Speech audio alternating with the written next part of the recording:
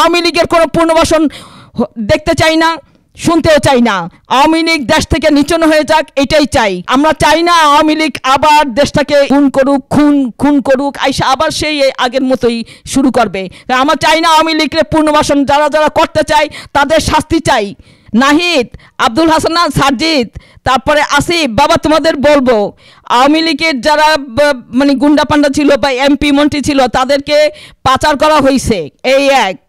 তাদেরকে পার করে দেওয়া হয়েছে, এটা কার মাধ্যমে দেওয়া হয়েছে জানতে চাই, এবং কেন পার করে দিছে সেটাও জানতে চাই। তারপরে তাদের শাস্তি দাও, যারা পার করে দিছে বা যারা জানতো তাদেরকে তোমরা শাস্তি দাও। নাহলে এই রক্তের কোনো রইল না তোমাদের কাছে, ঠিক আছে? রক্তের দিতে হবে, তোমাদের প্রতিদান দিতে হবে, রক্তের সম্মান দিতে হবে। যারা রক্ত দিয়ে গেছে তাদেরকে সম্মান দিতে হবে। বাবা 21শে ফেব্রুয়ারি কেন হয়েছে তোমাদের মনে রাখা উচিত, ঠিক আছে? এই যে আওয়ামী লীগের যারা ছাড়া পাইতেছে বা যারা হয়ে গেছে তাদেরকে পুনর্বাসন করার জন্য সরকার কি চাচ্ছে?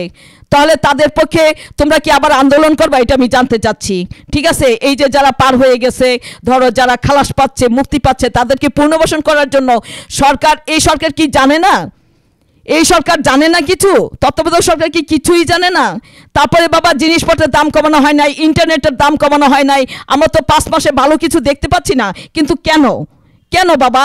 তোমরা এইটা একটু খেয়াল করো। যারা রক্ত দিয়ে গেছে তাদের পরিবারের সাহায্য করো, সহযোগিতা করো, ঠিক আছে? 21শে ফেব্রুয়ারির কথা স্মরণ রেখো। দেশের 71-এ যারা জীবন দিয়ে গেছে, 70-এ যারা যুদ্ধ করছে তাদেরও অবদান আছে, ঠিক আছে? এইসব তোমরা মনে রাখা। যারা এই যে 2024-এ যারা জীবন দিয়ে গেছে তাদের সংসার, তাদের ছেলে মেয়ে যারা মারা গেছে তাদের দিকে একটু করো, খেয়াল করো, একটু লক্ষ্য করো। আমি কিন্তু কিছুই দেখতে পাচ্ছি না। সারজিৎ, নাহিদ, তারপরে হাসনাত, তারপরে আসিফ, তোমরা একটু দেশের দিকে একটু খেয়াল করো, একটু লক্ষ্য করো, ঠিক আছে? দেশটাকে একটু ভালোভাবে গড়ো। তোমরা যখন তোমাদের ছাত্ররাই রক্ত দিয়ে গেছে, তোমরাই এই যে কি বলে দুর্নীতিবাজ, এই যে শেখ হাসিনারে তোমরা খেদাই তোমরা পার করছো, এই জন্য তোমাদের অশেষ ধন্যবাদ। কিন্তু তোমাদের এইটা হইলে চলবে না যে সব ভুইলা তোমরা দামি গাড়িতে চড়বা, টাকা পয়সা ইনকাম করবা, বাবা মারে ভালো রাখবা, সবাই গরিব, আমরা গরিব অসহায় যারা আছি তারা না খাইয়ে মরবো, তারা রাস্তায় ঘুরবো, তারা হয়ে ফকির হয়ে থাকবো। এটা আমরা চাই না। দেশটা সুন্দরভাবে চলুক, এটাই চাই। আর আমরা যারা গরিব অসহায় আছি তাদের দিকে একটু লক্ষ্য দাও, তাদের দিকে একটু দৃষ্টি করো। আওয়ামী লীগের কোনো পুনর্বাসন দেখতে চাই না, শুনতেও চাই না। আওয়ামী লীগ দেশ থেকে নিচন হয়ে যাক, এটাই চাই।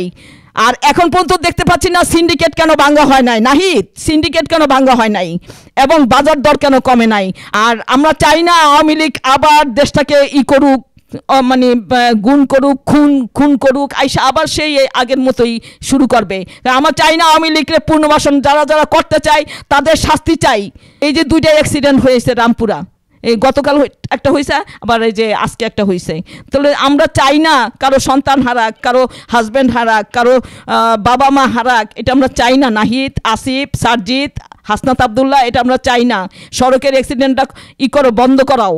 আর রাস্তাঘাটে 2-3 করে পুলিশ দাও, ট্রাফিক পুলিশ দাও, এটা আমরা চাই। আর দেশে শান্তি বিরাজ করুক, আমরা যাতে শান্তিতে থাকতে পারি। কারণ তোমরা আন্দোলন করছো 2024, এটা ভুললে চলবে না। যারা রক্ত দিয়ে গেছে তাদের কথা ভুললে চলবে না। 21শে ফেব্রুয়ারিতে ছাত্ররাই রক্ত দিয়ে গেছিলো, ওই কথা ভুললেও চলবে না, ঠিক আছে? এবং 71-এ 70-এ যারা যুদ্ধ করছিল তাদের কথা মানে ভুললেও চলবে না। কারণ তাদের প্রতিদান দিতে হবে, তোমাদেরকে সুন্দরভাবে দেশটা গড়তে হবে, এটাই আমরা চাই।